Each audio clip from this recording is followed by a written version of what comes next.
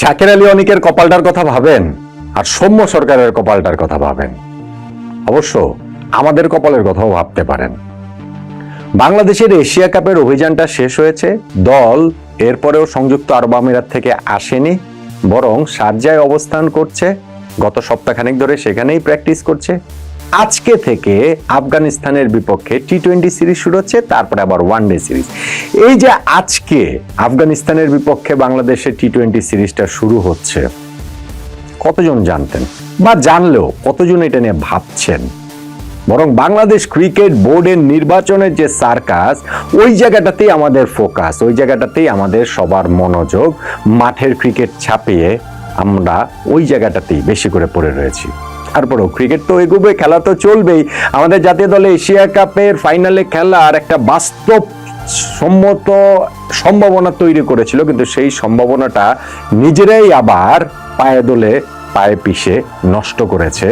এখন এখান থেকে আবার বাংলাদেশের রিকভারি ফেজে কতটা যেতে পারবো আরেকটা বিগ টুর্নামেন্টের আগে, লেটসে হচ্ছে আগামী বছর যে আমাদের টি-20 ওয়ার্ল্ড কাপ রয়েছে, ইভেন্ট টু ইভেন্ট যদি আমরা বলি, tournament to tournament, big tournament to big tournament, তাহলে এশিয়া কাপের আমাদের এই জায়গাটা থেকে শিক্ষা নিয়ে আমরা আগামী বিশ্বকাপের জন্য কতটা প্রিপেয়ার্ড হতে পারবো, এবং সেইখান থেকে মিশনটা আমাদের আজকে থেকেই শুরু হচ্ছে আফগানিস্তানের বিপক্ষে সিরিজ দিয়ে।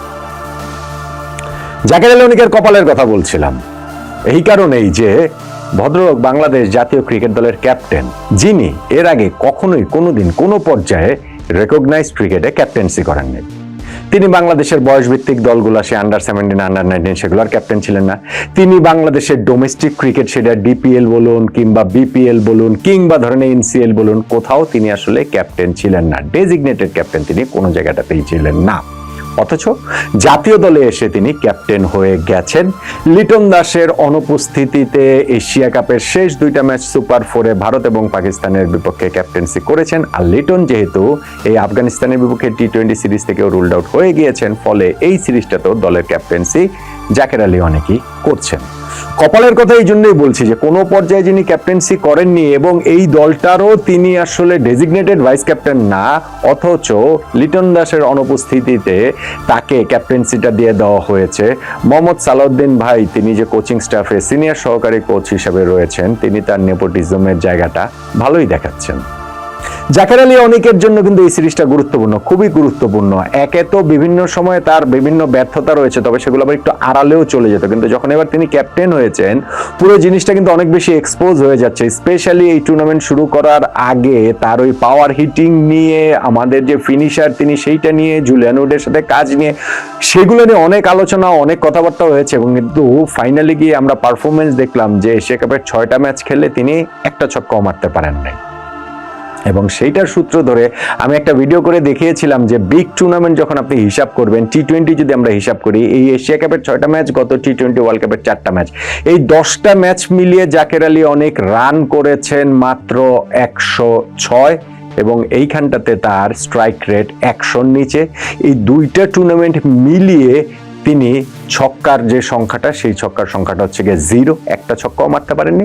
4ও মেরেছেন টোটাল এই 10 ম্যাচে মাত্র 8টা। সো দুইটা বড় টুর্নামেন্টের যেই ক্রিকেটারের স্ট্রাইক রেট 100-র নিচে, 10টা ম্যাচ খেলার পরেও কোনো ছক্কা নেই, মাত্র 8টা 4, তার হাতে যখন ক্যাপ্টেন্সিটা চলে যায়, সেটা শুধু আপৎকালীন একটা টুর্নামেন্টের মাঝপথে পেয়ে দুটো ম্যাচ নয়, বরং একটা পুরো সিরিজের জন্য, তখন তো আসলে তার কপালকে একটু ঈর্ষা করতেই পারেন আপনি। আর সৌম্য সরকারের কপালের কথা বলছিলাম, সেটা আবার দুর্ভাগ্যের কারণে। দুর্ভাগ্য হয়তো না, বাংলাদেশ ক্রিকেট বোর্ডের এই জায়গাটাতে প্রায়োরিটি নাই সেভাবে বলতে পারেন। আজকে আফগানিস্তানের বিপক্ষে বাংলাদেশের ম্যাচ, আজকেও তিনি ঢাকাতেই রয়েছেন, বাংলাদেশে রয়েছেন, দলের সঙ্গে গিয়ে যোগ দিতে পারেন নাই।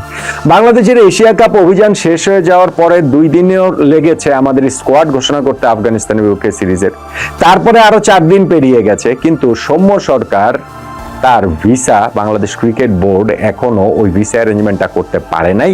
কেননা এইটা হয়তো তাদের প্রায়োরিটি না। তারা ওই ক্রিকেট বোর্ডের নির্বাচনের ছক কষা, কে আসবেন কে যাচ্ছেন, এই ওগুলা নিয়ে তারা ব্যস্ত আছে। এখন তো যেহেতু তামিম ইকবাল তিনি সরে দাঁড়িয়েছেন এবং তার নেতৃত্বাধীন যে প্যানেলটা, বা তাদের নেতৃত্বাধীন ঠিক আছে, ওই যে তাদের সম্ভাবনা যে প্যানেলটা 15-16 জন যে তারা যেতে নেই, নির্বাচনটা তো তাহলে খুব ইজি হয়ে গেছে। এখন বোধহয় সৌম্য সরকারের ভিসা প্রক্রিয়াটার দিকে বাংলাদেশ ক্রিকেট বোর্ড একটু মনোযোগ দিতে পারে, তাহলে আজকে না হলেও পরের ম্যাচগুলোর জন্য গিয়েও হলেও তিনি যেন দলের সঙ্গে যোগ দিতে পারেন। প্রথম ম্যাচে তো আসলে তার খেলার আমি কোনো সম্ভাবনার জায়গাটাই দেখতে পাচ্ছি না। এখনো ঢাকায় আজকে রাত্রে নয়, বাংলাদেশ সময় 9টার সময় খেলা শুরু, কিন্তু নিশ্চয়ই আজকে গিয়েই তিনি 11-এ খেলবেন না। কালকেই আবার সেকেন্ড ম্যাচ, সেকেন্ডটাতে খেলেন নাকি হচ্ছে 5 তারিখের ম্যাচে খেলেন, নাকি পুরো টি-20 সিরিজটাই সৌম্য সরকারের ভিসার কারণে না পাওয়ার কারণে মিস হয়ে যায়, কে জানে।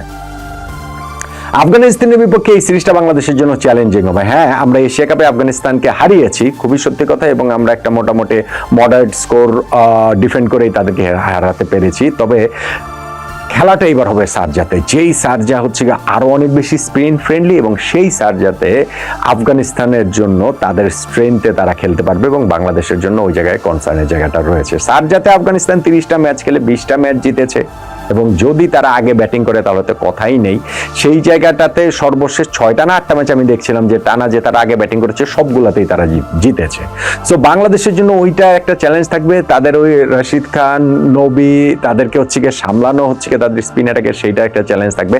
আফগানিস্তানের এই সিরিজের জায়গাটাতে তারা কিছু একটা নতুন অ্যাপ্রোচ নিয়ে খেলার চেষ্টা করছে, যেই জায়গাটাতে তারা তাদের ওইখানটাতে বেশ কিছু প্লেয়ারকে ড্রপ করেছে এই সিরিজের জন্য। সেখানটাতে করিম জান্নাতের মতো প্লেয়ারও ওইখানটাতে রয়েছে, গুলবাদিন নাইব রয়েছেন, এবং টি-20 সিরিজটাতে ইনফ্যাক্ট গাজানফারকেও তারা রাখেনি। ফলে আন্ডার পারফর্মারদের, ফজলক ফারুকও নেই, আন্ডার পারফর্মারদের তারা রাখেনি। তারা হচ্ছে গিয়ে নতুন ভাবে আবার একটা সিরিজ যেহেতু শেষ হয়েছে, এশিয়া কাপটা শেষ হয়েছে, নেক্সট টি-20 ওয়ার্ল্ড কাপ মাথায় রেখে ও আরেকটা অ্যাপ্রোচে তারা আসলে খেলাটা শুরু করছে।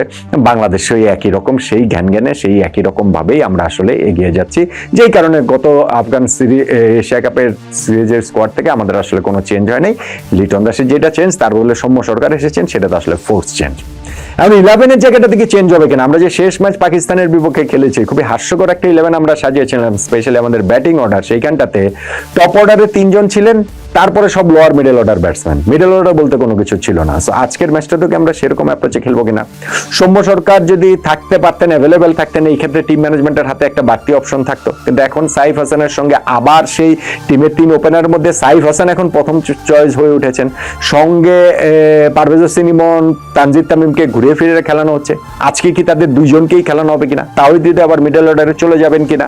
ওই পাকিস্তানের বিপক্ষে ম্যাচে যে জঘন্য ব্যাটিং করেছে আমাদের মিডল অর্ডারের সেই শেখ মাহেদি কিংবা নুরুল হাসান সোহান কিংবা জাকের আলী অনেকরা, তারা কি আসলে আজকের ওই কি বলে চলে ওই জায়গাটা থেকে তারা ঘুরে দাঁড়াতে পারবেন কিনা। স্পিন অ্যাটাকে বা বোলিং অ্যাটাকের ওই জায়গাটাতে আমরা কি আফগানিস্তানের বিপক্ষে 6-5 ফর্মুলাতেই যাব, 6 ব্যাটসম্যান 5 বোলার নিয়ে যাব, এবং সেইখানটাতেও কি আমরা 2 স্পিনার এবং 3 পেসার নিয়ে যাব, নাকি শারজাতে যেহেতু উইকেট অনেক বেশি স্পিন ফ্রেন্ডলি, আবুধাবির চেয়ে দুবাইয়ের চেয়ে বেশি, তো ওইখানটাতে আমরা 3 স্পিনার নিয়ে আসলে খেলবো কিনা। সেই ক্ষেত্রে রিশাদ, নাসুম, শেখ মাহেদি সবাইকেই খেলানো হতে পারে, আর 2 পেসার হলে সেইখানটাতে তো আমাদের মুস্তাফিজ, তাসকিন তারাই তাদেরই ফার্স্ট চয়েস হওয়ার কথা।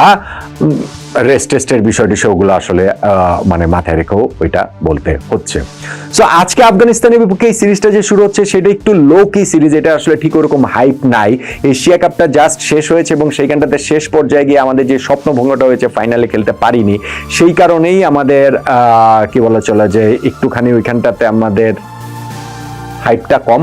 আর বিসিবি নির্বাচন নিয়ে হাইপটা এত বেশি for all the wrong reasons, সেই কারণেও এই আফগানিস্তান সিরিজের দিকটাতে আমরা হাইপটা আসলে একটু কম বলে আমার কাছে মনে হচ্ছে, আগ্রহের জায়গাটা কম। তবে ক্যাপ্টেন জাকের আলীর যে লাক, সেই লাকের ছোঁয়ায় যদি বাংলাদেশ আবার এই সিরিজটা আফগানিস্তানকে হারিয়ে দিতে পারে, দ্বিপাক্ষিক সিরিজে তো আমরা ভালো খেলি, আমরা বিগ টুর্নামেন্টে যে পারি না, কিন্তু দ্বিপাক্ষিক সিরিজে তো আমরা এশিয়া কাপের আগেও তো পাকিস্তানকে হারিয়েছি, শ্রীলঙ্কাকে হারিয়েছি, নেদারল্যান্ডস এটা নয় বাদ দিলাম। সো এইখানটাতে বাংলাদেশ একটা ফাইট শো করবে, এবং আফগানিস্তানের বিপক্ষে series I am not sure যে বাংলাদেশ আসলে ফেভারিট হিসেবে সিরিজ খেলতে নামবে কিনা।